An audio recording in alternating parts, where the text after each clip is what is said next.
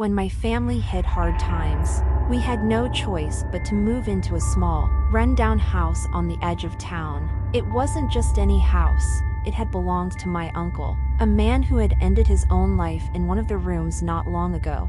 My uncle had fallen into a deep depression after his wife died from an overdose. He'd become withdrawn, paranoid, and haunted. Neighbors whispered that he'd spoken of hearing things, seeing shadows that moved when they shouldn't. Moving into that house felt wrong, as though we were trespassing in the middle of his tragedy. It weighed on us, heavy and oppressive, like the house itself was holding its breath. I shared a tiny room with my sister, our single bed pushed up against one wall. The first few nights were uneventful, though the house had a way of making its presence known. Floorboards creaked when no one was walking on them, and the faint scent of cigarette smoke lingered in the air, though no one in our family smoked. My sister and I tried to shake it off, staying up late playing video games to distract ourselves from the unease that crept in as soon as the sun set.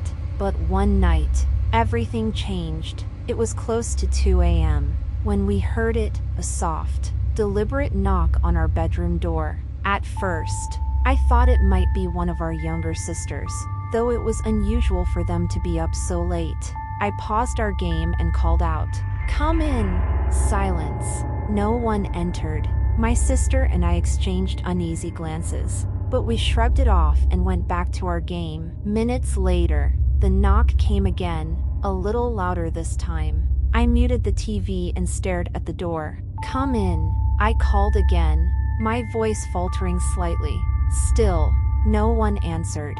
The air in the room felt colder, heavier, as though we weren't alone anymore. My sister's hand tightened on the controller, her eyes darting nervously toward the door. I stood up, deciding to check for myself. As I approached, the doorknob twisted slowly, one full rotation, and then snapped back into place as if someone had been on the other side but let go at the last second.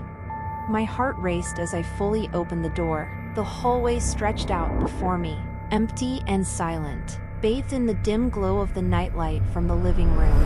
Shadows loomed and shifted on the walls, distorted by the faint illumination, but there was no one there. I stepped into the hallway, the cold wooden floor pressing against my bare feet, and called out softly, "Hello?" My voice echoed faintly, swallowed by the oppressive silence. I checked the other bedrooms. My mom and our 2 younger sisters were sound asleep, undisturbed. Their steady breathing was the only sound, and it brought a small measure of comfort. Still, the unease lingered as I returned to my room. I closed the door firmly behind me, locking it this time. My sister sat cross-legged on the bed, her face pale. Neither of us spoke for a while, the tension between us arising, just as we started to relax, thinking maybe we'd imagined the whole thing.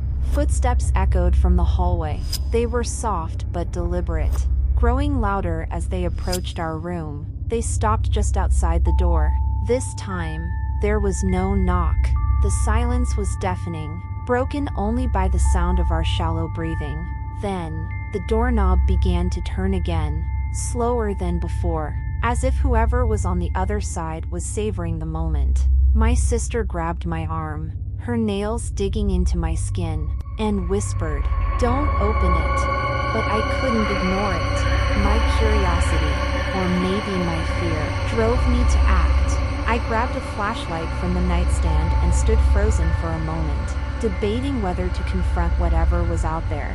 Summoning every ounce of courage, I unlocked the door and opened it. The hallway was empty, the shadows undisturbed. I shone the flashlight down the corridor, illuminating every corner, but there was no one there. I ventured out again, checking each room more thoroughly this time. My mom and sisters were still asleep, their peaceful faces unbothered by the strange occurrences. I even checked the front and back doors to make sure they were locked. Everything seemed normal, yet I couldn't shake the feeling that something was wrong.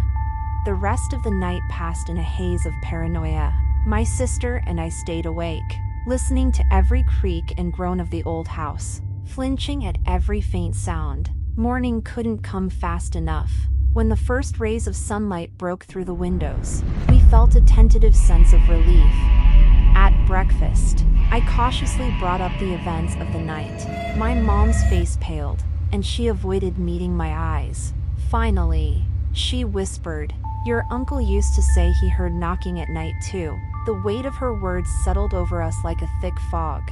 My sister and I stared at her, the color draining from our faces. She tried to reassure us, saying it was probably just the house settling, but her shaky voice betrayed her. Later that day, I decided to step outside to clear my head. I walked around the house, inspecting it in the daylight, hoping to find a rational explanation for what we'd experienced. When I reached the side of the house, my blood ran cold. On the window of our bedroom, there was a smudged handprint, faint but undeniable. It was too large to be mine or my sister's, and it hadn't been there before. I ran back inside and dragged my mom outside to show her. She stared at the handprint for a long moment, her face a mask of unease. We should just clean it off," she said finally, her voice barely above a whisper. But the handprint didn't come off easily. It was as though it had been pressed into the glass from the inside. After that, the knocking stopped, but the house never felt the same. The shadows seemed darker, the air heavier. We lived there for another 6 months before my mom managed to save enough money to move us to a new place. None of us ever talked about what happened in that house again, but the memory lingers, a dark stain on our minds.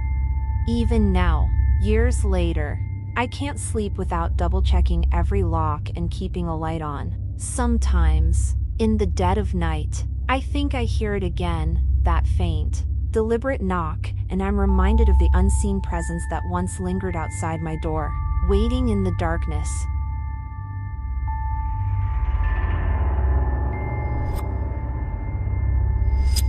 Love what you see? Then subscribe us and hit the bell icon to keep up to date and make sure you like the video.